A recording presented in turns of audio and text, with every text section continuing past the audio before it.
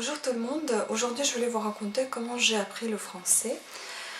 Comme vous savez toutes et tous, je pense déjà, si vous regardiez mes vidéos, que je ne suis pas française, donc je suis ukrainienne et le français, j'ai commencé à aimer cette langue quand j'étais en Ukraine. Donc j'ai commencé à apprendre le français en Ukraine.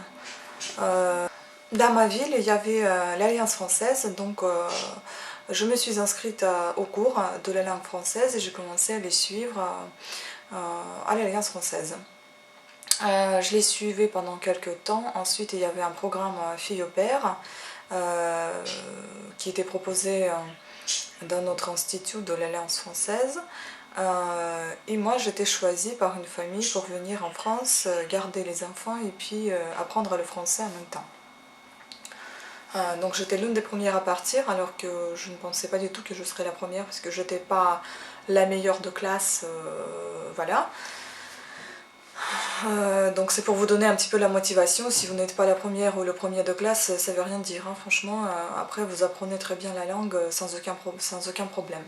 C'est parce que parfois on est gêné dans notre pays d'origine de parler la langue qu'on ne connaît pas. Quand on l'apprend, on est un petit peu timide, etc.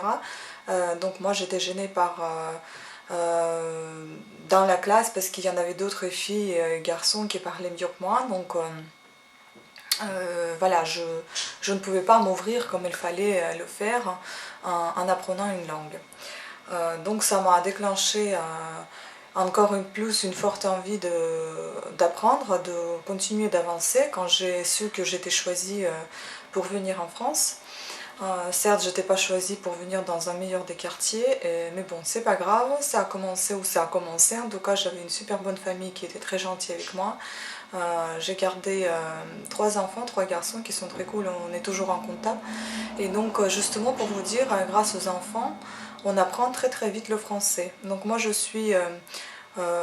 après l'Alliance française, j'ai commencé à suivre les cours privés à la maison. Donc j'avais invité ma prof qui me donnait les cours chez moi, les cours intensifs, pour pouvoir avancer dans cette langue, puisqu'il me restait, je pense, 2-3 mois avant le départ en France.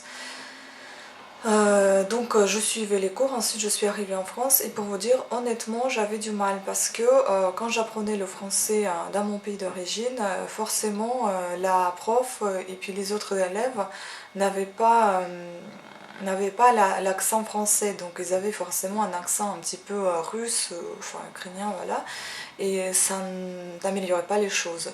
Donc quand je suis arrivée, donc j'avais un choc parce que déjà je ne connaissais pas du tout l'étranger, c'était ma première fois de venir à l'étranger, et donc en France, et je ne parlais pas un mot français, alors que je l'ai appris chez moi. Heureusement j'avais la chance que la personne chez qui j'étais pour garder ses enfants, elle parlait un petit peu russe, donc elle m'aidait un petit peu. Mais ensuite, elle m'a tout de suite dit que les enfants ne parlent pas russe, donc tu vas devoir parler français.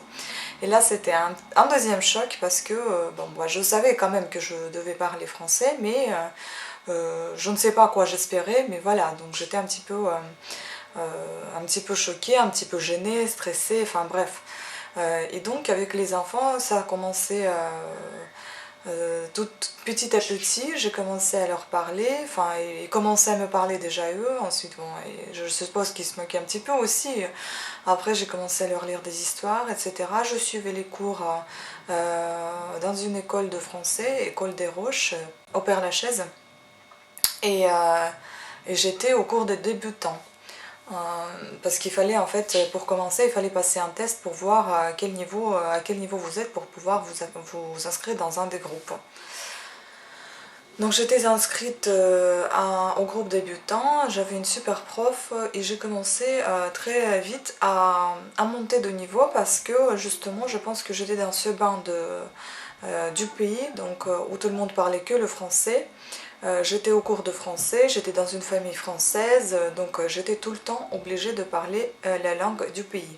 Donc j'ai évolué très vite et j'ai commencé à suivre les cours en intermédiaire avec aussi un très bon prof dans la même école.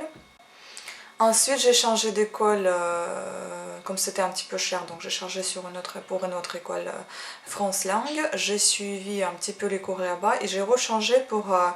en fait, en tout, ça a duré 3 ans. J'ai essayé de suivre les cours de français en 3 ans. Le temps que je gardais les enfants, donc je suivais les cours dans de différentes écoles de la langue française. Donc la dernière école qui était, donc c'était pas une école, c'était la Sorbonne, donc l'université, où je suivais les cours de la langue française et de civilisation française. Et j'étais très vite montée de niveau, donc j'étais au niveau supérieur, et c'était plus les liaisons qui me manquaient, donc il fallait que j'apprenne à bien lier les mots entre eux.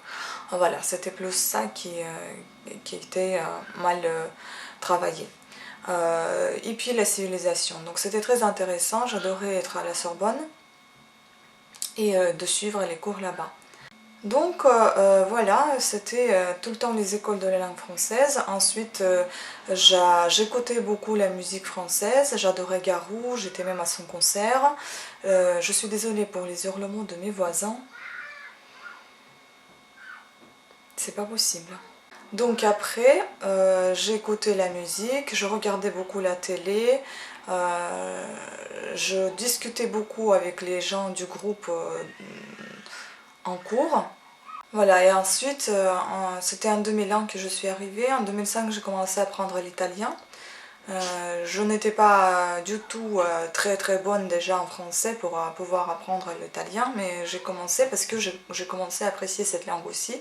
J'ai commencé à bien l'aimer et je me disais que ça ressemblait un petit peu avec du français, donc ça allait bien se passer.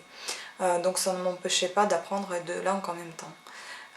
Voilà, donc comme ça, mon français a commencé à évoluer avec les années parce que je commençais à étudier ensuite à l'université en 2007. Je suis entrée à l'université pour étudier le suédois parce que le projet était de partir en Suède. Mais bon, mon projet a échoué, mais je ne suis pas pour autant déçue puisque j'aime beaucoup la France et je suis très contente d'être là.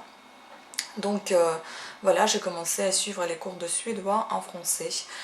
Donc c'est tout drôle, une Ukrainienne russophone qui suit les cours en français en apprenant le suédois. Mais bon, c'était aussi étrange pour mes profs et voilà, donc j'ai commencé à apprendre le suédois. Donc maintenant je me retrouve un petit peu au CERT au niveau un peu débutant intermédiaire, donc je comprends assez bien ce qu'on me dit en italien, en suédois ou en anglais que j'ai appris à l'école. Je parle, je pense, parfaitement le français, donc couramment on peut dire. Certes, bon, perfection elle est peut-être un petit peu loin parce qu'il faut toujours améliorer l'accent, toujours apprendre plus de vocabulaire, plus de mots.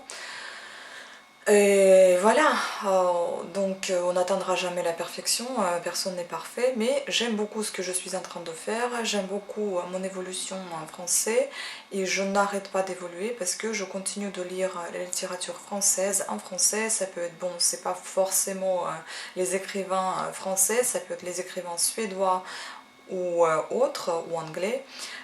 Mais je lis néanmoins en français, je regarde la télé française, certes pour ne pas oublier ma langue russe quand même, je regarde la télé russe aussi, et je lis en russe aussi parce que parfois en parlant avec ma maman, j'oublie souvent les mots en russe et je me penche plus vers le français parce que c'est plus rapide à se rappeler d'un tel ou tel mot que de chercher un mot en russe. Donc voilà, je vous conseille de faire pareil, de lire, de regarder la télé. Si vous la regardez, si vous ne regardez pas la télé, c'est pas grave parce que je ne regarde pas la télé souvent non plus. Je regarde les émissions que je sélectionne à replay. Et voilà, vous pouvez faire de même. Surtout après, ce qui est bien, c'est que quand vous regardez des émissions, c'est par thème. Admettons, il y a les émissions sur la mode, donc ça va être plutôt vocabulaire de mode qui va évoluer. Ensuite, vous avez des émissions sur la cuisine, donc ça va vous aider dans la cuisine aussi, en même temps quand vous allez quelque part au restaurant. Donc ces émissions vous permettent d'avoir un vocabulaire correct. Donc si vous avez envie de faire un complément en cuisinier ou juste de dire ce que vous pensez de tel ou tel plat au restaurant et vous ne savez pas comment le faire, au moins en regardant les émissions comme ça vous apprend ces paroles-là. Voilà, ensuite il y a des documentaires qui sont très intéressants et sur des pays, des sujets touristiques, des sujets politique, économique, tout ce que vous voulez. Et tout ça, ça remplit également votre vocabulaire, ça vous permet d'évoluer dans votre apprentissage d'une langue, puis de faire vos propres fiches, de marquer, d'écrire ce que vous pensez utile, de transcrire et de traduire dans votre propre langue et de relire de temps en temps. Voilà, le mieux c'est d'écouter, parce que regarder c'est bien, mais on est souvent figé à une image et du coup on comprend de toute façon puisqu'on voit, mais le mieux c'est quand même d'écouter, parce que quand on voit pas l'image, on se force à comprendre ce qu'on écoute et on comprend. Voilà, ensuite ce qui est bien aussi, c'est que moi, comme j'ai déjà expliqué dans une vidéo, dans ma première vidéo je pense, que moi je chante des fois, j'allume, je mets de la musique française ou anglaise ou italienne et je trouve les paroles sur internet et je chante avec un chanteur, même si c'est faux, même si c'est pas bon. Ça m'est égal, je chante comme je peux, mais ça vous fait travailler votre accent, ça vous fait travailler votre fluidité de la parole, les liaisons entre les mots, la bonne élocution. Voilà, il y a plein de choses qui se travaillent quand vous parlez, quand vous chantez. Parce que si vous n'aimez pas chanter, bah, parlez, mettez quelque chose, admettons sur Google, je ne sais pas, peut-être il y a un autre site qui vous fera la prononciation et vous répétiez ensuite. Ça aussi c'est pas mal. Lisez des livres, lisez des poésies, ça fait travailler beaucoup la mémoire, le cerveau, l'élocution, c'est très bien. Donc voilà comment j'ai appris le français. Et je continue de l'apprendre. Ce qui est bien aussi, c'est que je travaille dans une entreprise française, donc où il n'y a que les Français, enfin, on parle que français, il n'y a pas de russe, et j'ai peu d'amis russes. Voilà, donc j'ai plus de connaissances françaises avec qui je discute voilà, uniquement en français. Et ça aide beaucoup, vraiment. Donc après, évidemment, pour ne pas oublier votre langue maternelle, il faut le parler aussi, et il faut la parler, il faut la maîtriser comme il faut. Voilà. Donc j'espère que cette vidéo vous a plu, j'espère que vous voudriez suivre ma chaîne. Si vous voulez raconter un petit peu votre expérience, comment vous réussissez dans telle ou telle langue votre apprentissage, comment vous avez appris ça, et est-ce que ça a été difficile pour vous. Voilà, donc je vous remercie pour tout, de votre attention surtout, et puis je vous dis à très bientôt. Au revoir.